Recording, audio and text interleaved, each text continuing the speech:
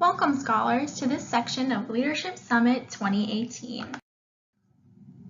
Let me introduce myself. I'm Maggie Helmus, Chapter Operations Manager, specifically for the western region of the country, so Texas all the way to Hawaii.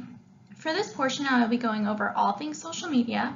I was once a VP of social media prior to becoming chapter president, so I hope I can give you some lessons and tips that I wish I had known.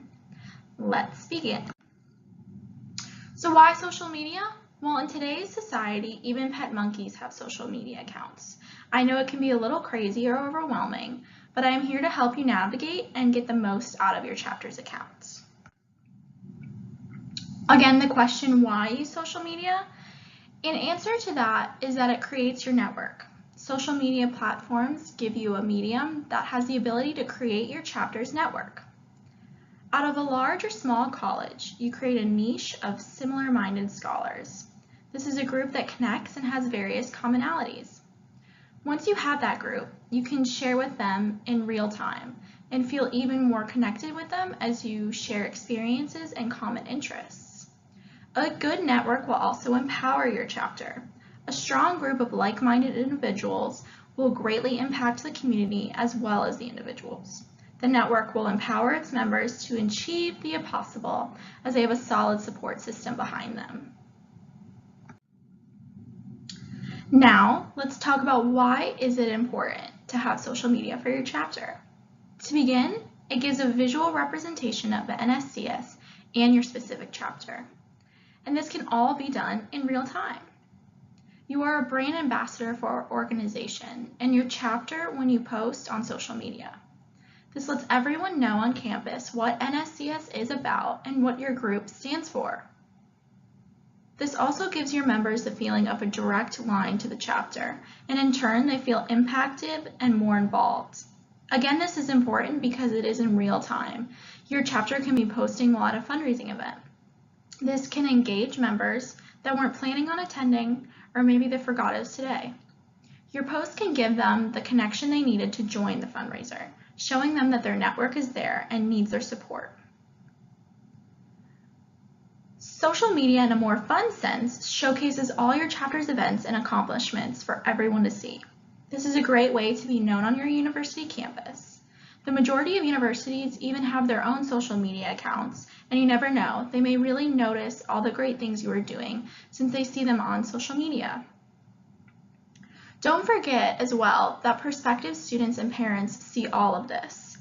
Many people will get their invitation, and in today's society, they will first go to Facebook, Instagram, and Snapchat and view all of your profiles. When they see a thriving chapter, this can give them the push to accept. They will want to join the network they see on the page before them because of all of the events and the connection they now feel to that chapter. Lastly, we all love seeing what you do. This is a way for all of us at headquarters to see and connect with you. We see the wonderful things you are doing on campus, and we do look at all your pages frequently, especially me, and it gives us much joy to see all that you're doing. Really quick, I will review some of the social media platforms. I am going to assume that the majority of you know all of these, but let's review for a moment.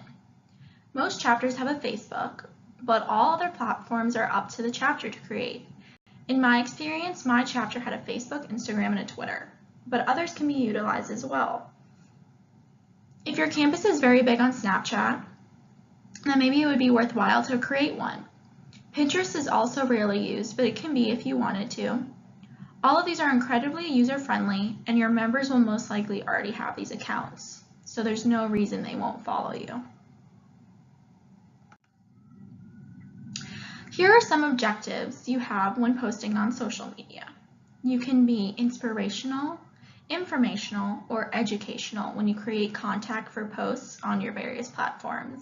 And now we are going to review all of those a little bit more in depth. The first objective is inspirational. To inspire is to fill someone with the urge or ability to do something.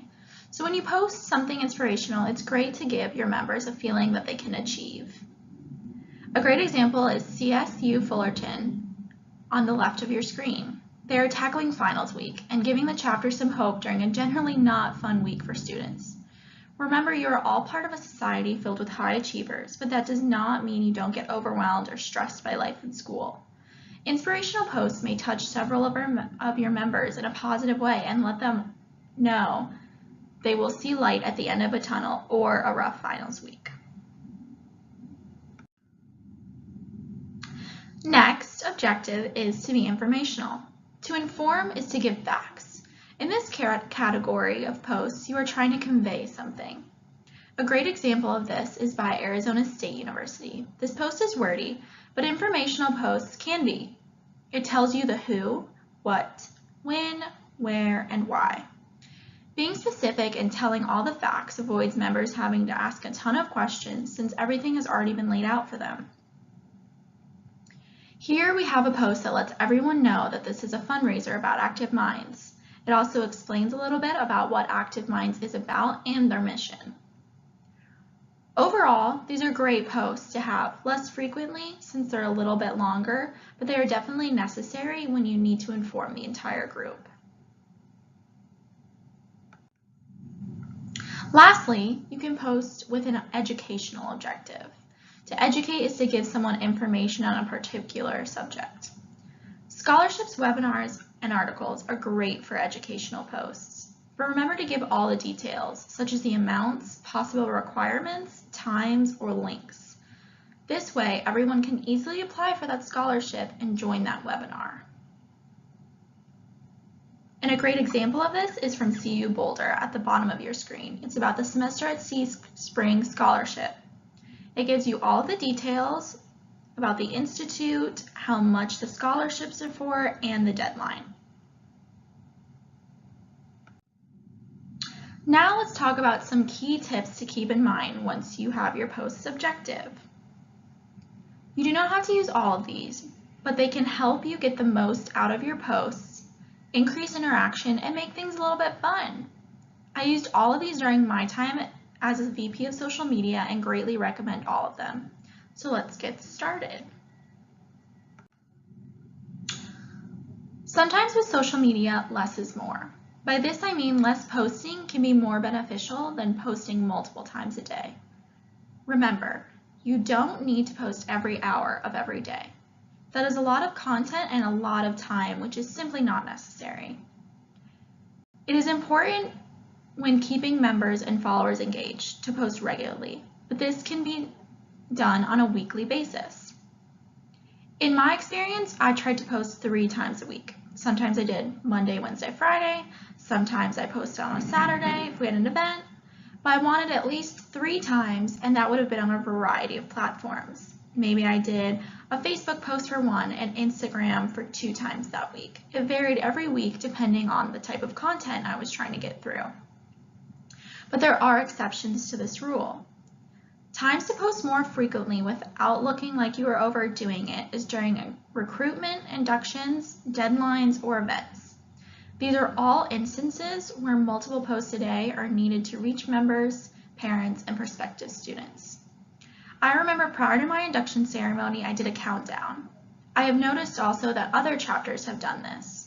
For about a week beforehand, I either had a graphic or a prior induction photo posted every day to remind everyone that the day was almost here. Heightened posting can also push a scholarship with an upcoming deadline or get members to join a fundraiser. But remember, you can vary in your delivery. Each post can be slightly different in order to catch attention and can be on different platforms. Another tip which I strongly suggest is using a content calendar.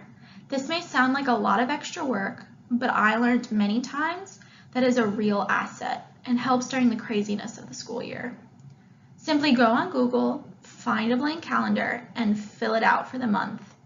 This is a great way to write out how many posts a week and on which platform you want to do. I usually begin with writing in our meeting dates for that month and any events that the school or chapter had. Then go ahead and decide.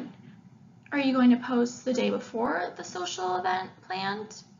Do you want to have a motivational post every Monday? Maybe every other Wednesday you want to introduce a member of the officer board or share a member spotlight. All of these are good things to put on your content calendar so you already have a plan for the month and are organized. A good thing to remember is that this is a guideline. Do not get stuck on it because life happens. You could have forgotten to post something because you had a major exam to study for, or you couldn't find a good picture to have with your post. That is all okay. Be flexible and just change your calendar. I know it can be stressful to keep up with posts as well as school and work, plus just your general life. So give yourself a break if you cannot follow it to a T. Okay, so let's spruce some things up. All of these below are free apps or sites that you can use to make your posts a little bit more fun and keep up the interaction. You also all probably have already heard of these and have them on your phone. Boomerang. It's an app that creates a short recurring video. These are super fun, great for jumping up in the air and having fun time in your post. I don't know how to say this one, so I'm going to say it's HUJI. It's a newer app, but has become really popular. Over the past year or so, Polaroids have become very popular in our country and in the world, but not everyone has one. So this app actually makes your phone pictures look like an old Polaroid. VSCO, or I call it Visco, is an app that I have used for years and collected a nice amount of different filters. This is a super user-friendly one, and it makes your pictures look basically professionally edited. Lastly, for all your graphic design needs, we head to Canva. This is a way to create those countdown graphics you want even if you aren't a graphic design major. It's very user-friendly. All of these are easy ways to maybe break away from the normal Instagram post or the usual graphic. Many times these will get more interaction from followers because you haven't done it before or it's something new. This is a nice photo I used for my induction ceremony. It is filtered by ViscoCam. You can have one like it too. Now let's talk about relevance. This is about staying up to date and current with your posts. You want to have upcoming events for sure, not ones that have passed. You also want to share the current NSCS national campaigns. Emphasis on current. This means prior to the deadlines. You don't want a member to get excited about a scholarship or a webinar just to find out that they no longer can participate. This all sounds like something that should be known, but this does become a problem sometimes. Maybe you share something but didn't check the date. It can happen, but try to make it a habit to check before posting. Staying relevant is great to show prospective members your chapter. Posting pictures with current members and officers gives them a glimpse into the organization and makes them want to be a part of it. They want to be a part and be in those photos.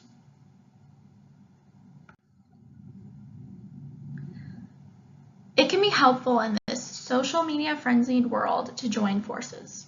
This will not get you 1 trillion followers, nor is it our goal, but it does spread the NSCS brand around campus. A great way to do this is work with other NSCS chapters. Say you are creating social media at Texas State and you see that Texas Women's College had a great fundraiser. Go ahead and share that. Maybe mention how awesome you thought it was and that your chapter will have to copy that sometime. It keeps your chapter connected to others in the area and can lead to collaborations in the future.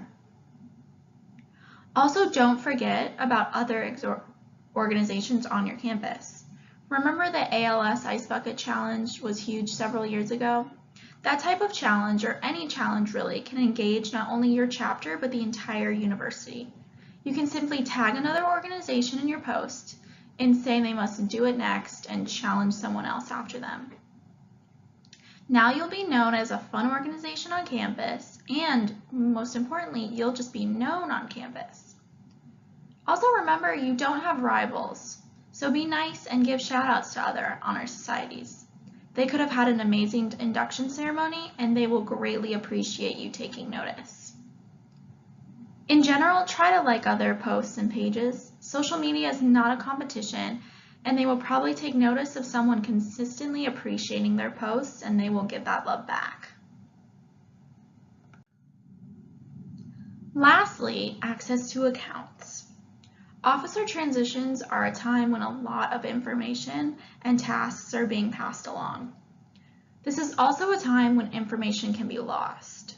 Some chapters have multiple floating accounts around because no one has the account information, and it can look bad when prospective students see the associated accounts with your chapter and they don't see any of the great things you have been doing. In order to keep track, I always kept an Excel sheet in my Google Drive. This way I could update it when needed, but it was well organized. It had every account, who had access to it, username, password, and any security questions and answers. This is extremely helpful when transitioning to a new board because I simply sent them that sheet and they had everything. Also try to have less officers on accounts. This is to minimize confusion and keep a sense of continuity of who is posting and liking other posts. This also avoids the possibility of a password change and that ultimate loss of the account information.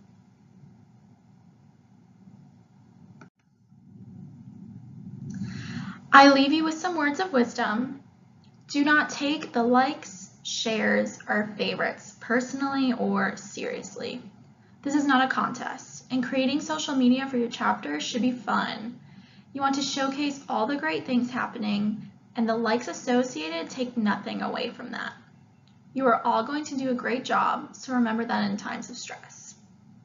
Each post is reaching people no matter the numbers at the bottom, so keep doing you and have some fun with it.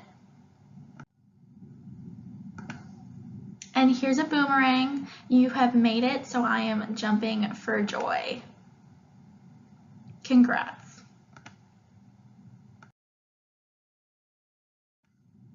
Do you have any questions? Feel free to friend me on Facebook or email me. If you are going to friend me on Facebook, please do Margaret Helmus, NSCS, and my email is helmus@nscs.org. Thank you for listening, and good luck on your social media.